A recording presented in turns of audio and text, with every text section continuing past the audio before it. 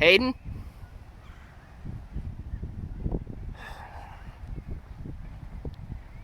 Dude.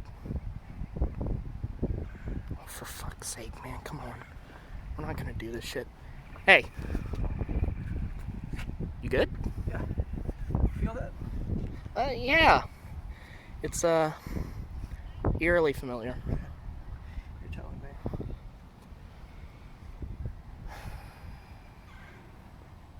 Well, if that's the case, then I guess we can both be in agreement. You feel it too? Yeah. Do you think it's him? Probably. I mean, this is where I found him before. It would make sense if he was here again. Set him away over here.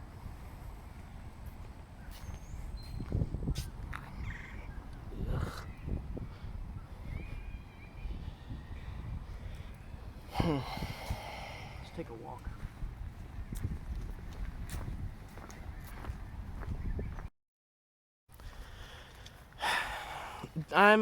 I will admit, I'm a little worried. About This whole thing, like you mentioned, it might be him. Yeah.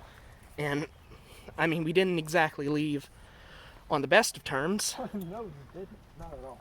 Yeah. But neither did we. So, here's what I'm thinking. If it is Josh, which, who else is it going to be? Are you prepared to deal with it? I'll do what I need to do.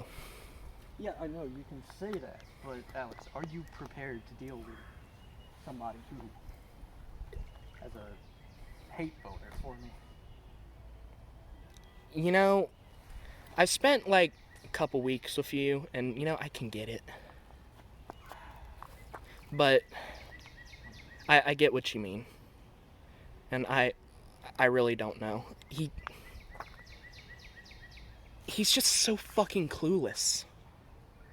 That's his only fucking issue. Yeah. Somebody that knows too much can ultimately know too little about what matters. And that is Josh's problem. Sure, he can hunt a monster. Sure, he can fight monsters. But where are his friends again?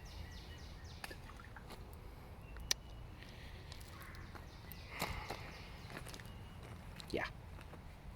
Oh, come on, answer. Where are his friends? Hayden, I'm gonna warn you again. Watch it with that kind of talk. Okay. You get what I'm saying. Yeah. He's not a people person, whether he wants to be or not.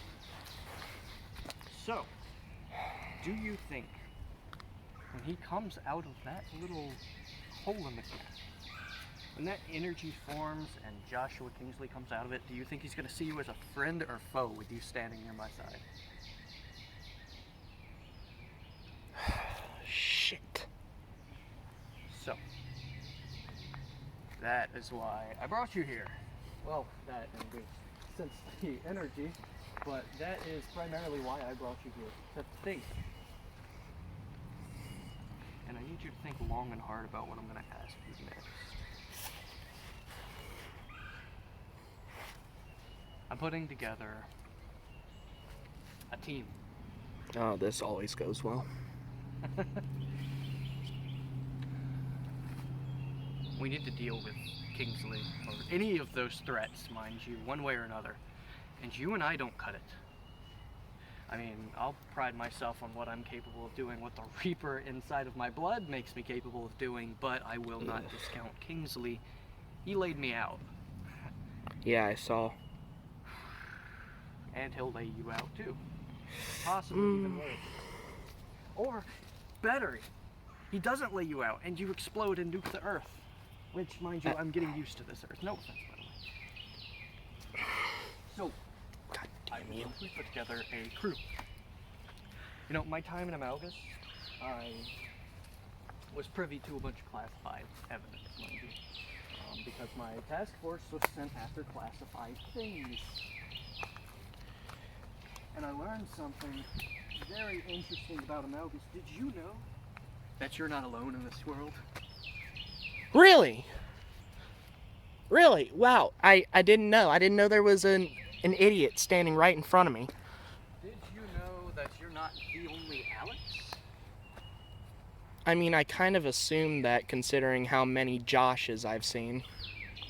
So the answer is yes. That was kind of rhetorical. I just wanted to ham it up with the camera. Well, there's a multiverse out there, Alex.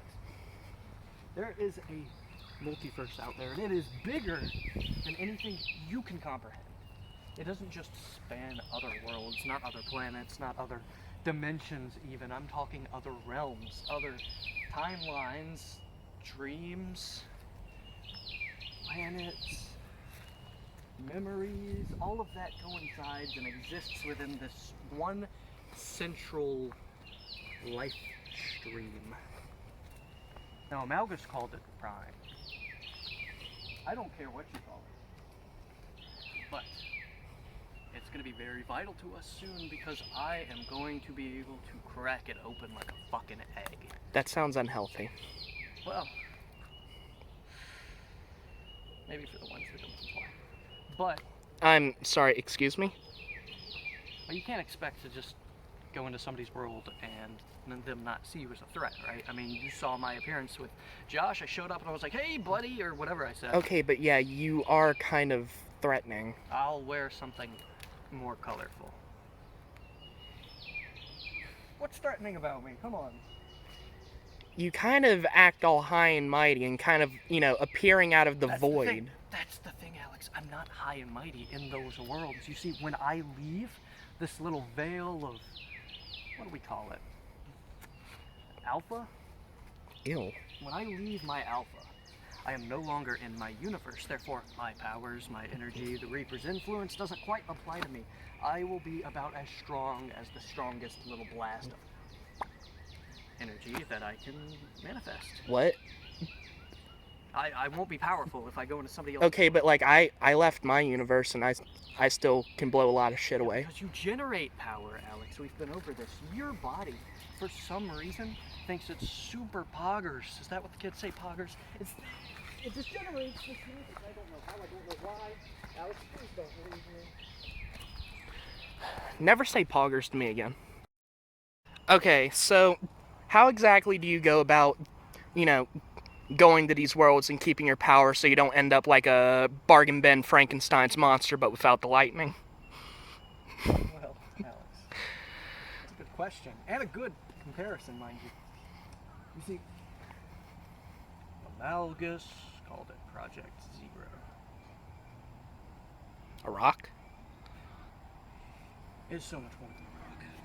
You see, in the world it comes from, it's tethered with magic. It allows it to generate its own energy, much like your bones. What world? My will is dry, my words hollow. Promises brittle as my bones. You'll get nothing from me. You squeeze a heart from a stone. I'm not full enough to be this alone. Ain't you supposed to win? Ain't you supposed to flex like a willow in the wind? Ain't a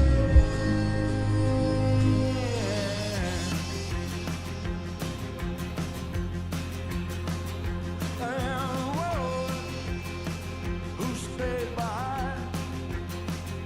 My will is I know that I haven't learned a thing from the trouble that's got me in, and my troubles are just starting to begin. Ain't you supposed to bend? Ain't you supposed to flex like a willow in the wind?